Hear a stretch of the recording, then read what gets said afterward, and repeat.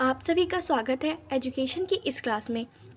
आज की क्लास में हम शिक्षा में नवीन प्रवृत्तियां एवं नवाचार प्रश्न पत्र से संबंधित कुछ महत्वपूर्ण प्रश्नों को जानेंगे जो कि आपके पिछले एग्ज़ाम में आ चुके हैं और आगे आने वाले एग्ज़ाम में भी आने की संभावना है। इसके अंतर्गत 3 तरह के प्रश्न पूछे जाते हैं। पहला अति लघु उत्तरीय, दूसरा लघु उत्तरीय और तीसरा दीर्घ उत्तरीय प्रश्न।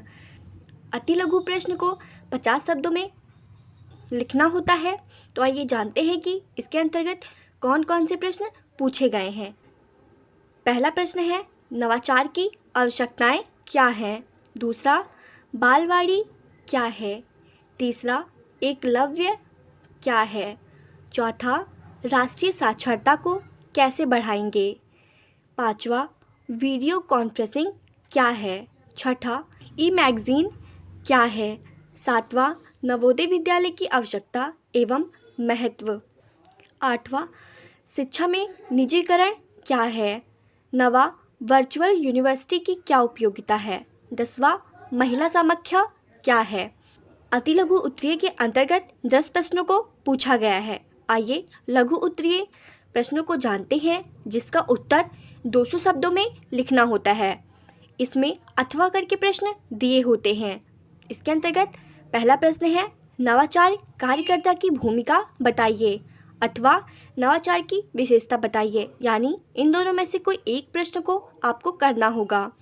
दूसरा प्रश्न है इसके अंतर्गत भारत में मुक्त विश्वविद्यालयों की आवश्यकता एवं महत्व अथवा भारतीय शिक्षा में नूतन प्रणाली से आप क्या समझते हैं। इनमें से भी कोई एक प्रश्न को आपको हल करना होगा।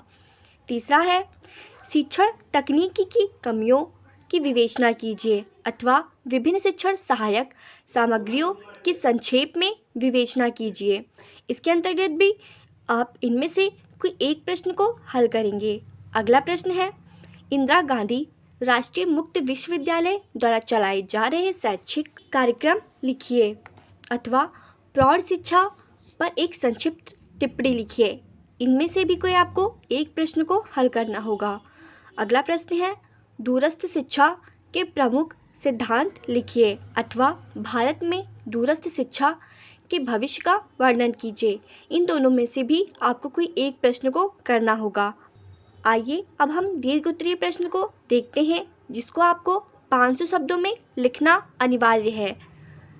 इसमें आपको 5 प्रश्न दिए होंगे जिनमें से किन्हीं 2 प्रश्न को आपको करना होगा।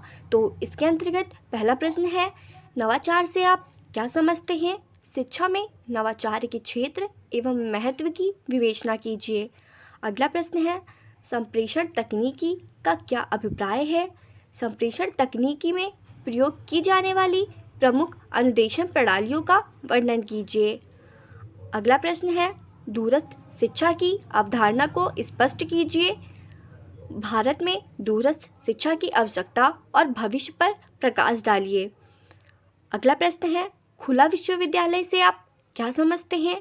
इस देश की समस्याओं के समाधान में यह कहाँ तक सहायक है।